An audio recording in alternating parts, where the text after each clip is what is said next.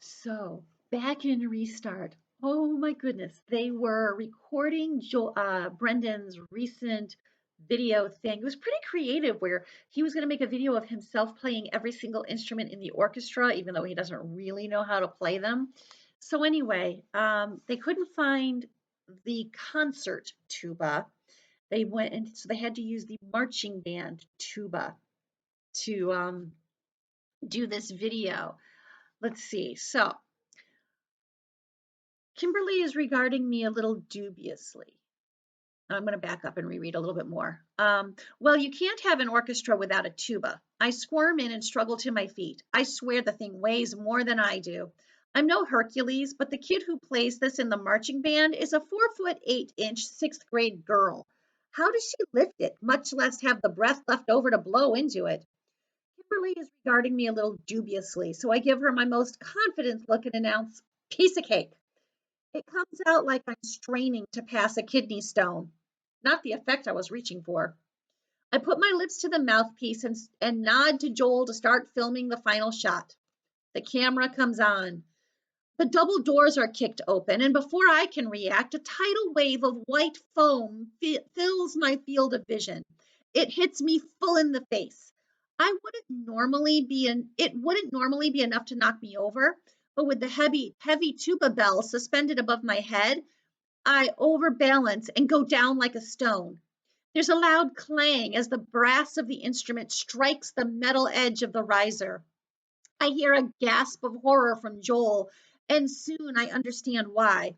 When I roll out of the stream of foam, still wrapped in the tuba, I see Aaron Hakeman and Bear Bratsky, each armed with one of the school's big silver fire extinguishers, spraying down the room and everything and everybody in it. Go away, Joel pleads in a quavering voice. Aaron laughs, a nasty laugh. Well, if it isn't the loser.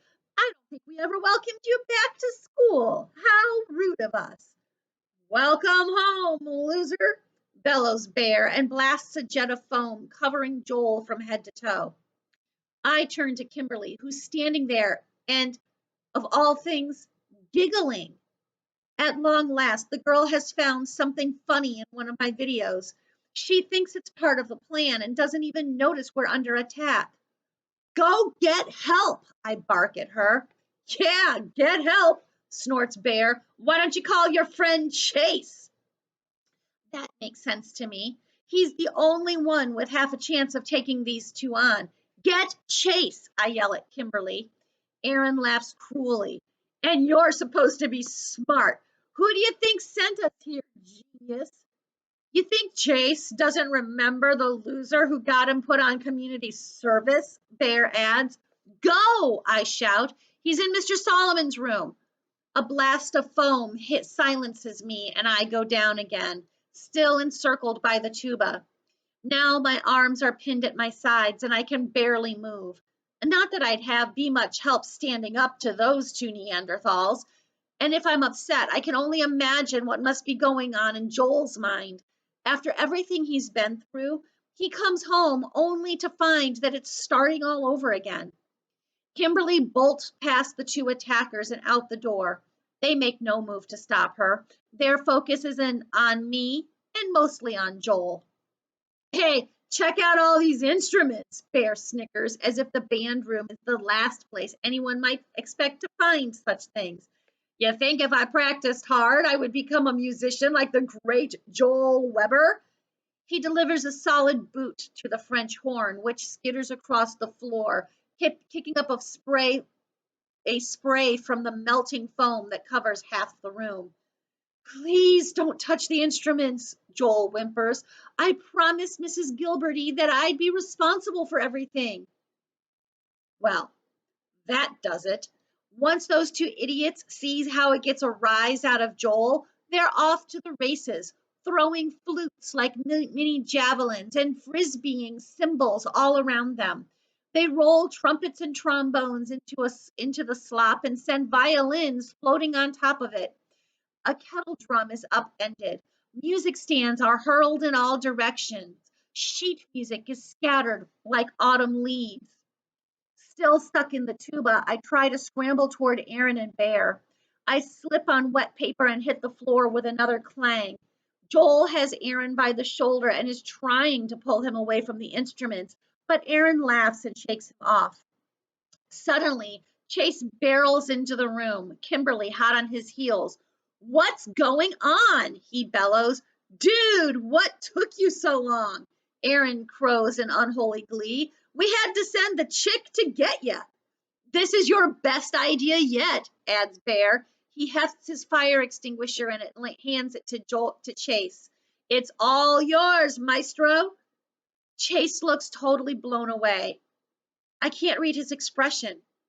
Shocked or something else? "It's your plan," Aaron reminds him. "Bring it home."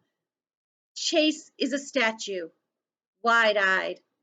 Bear gets impatient. "Okay, I'll do it for you." He tries to take back the extinguisher, but Chase tightens his grip and holds on. There's a vicious tug of war for the extinguisher. With a mighty yank, Chase wrenches it out of Bear's grasp. It swings free, just as Joel rises from the floor where Aaron tossed him. With a thud, the heavy metal strikes Joel in the side of the face, and he drops back down into the foam. Agitated voices sound out in the hallway. 6 teachers burst into the music room, Mrs. Gilberty in the lead. "What is going on here?" she yells, taking in the wreckage all around her. "Where is Joel Weber?" With a groan, Joel sits up. The foam on his face can't disguise the fact that his left eye is already turning black and blue. That's when it hits me how this must seem to the teachers. The music room is a disaster area. Instruments, music stands, books, and papers are strewn everywhere. The whole place buried in foam. The school's 3 most notorious bullies are right there. One of them, Chase, still holds the fire extinguisher, and their number 1 target, Joel, is down on the floor with a rapidly swelling face, obviously the victim of assault.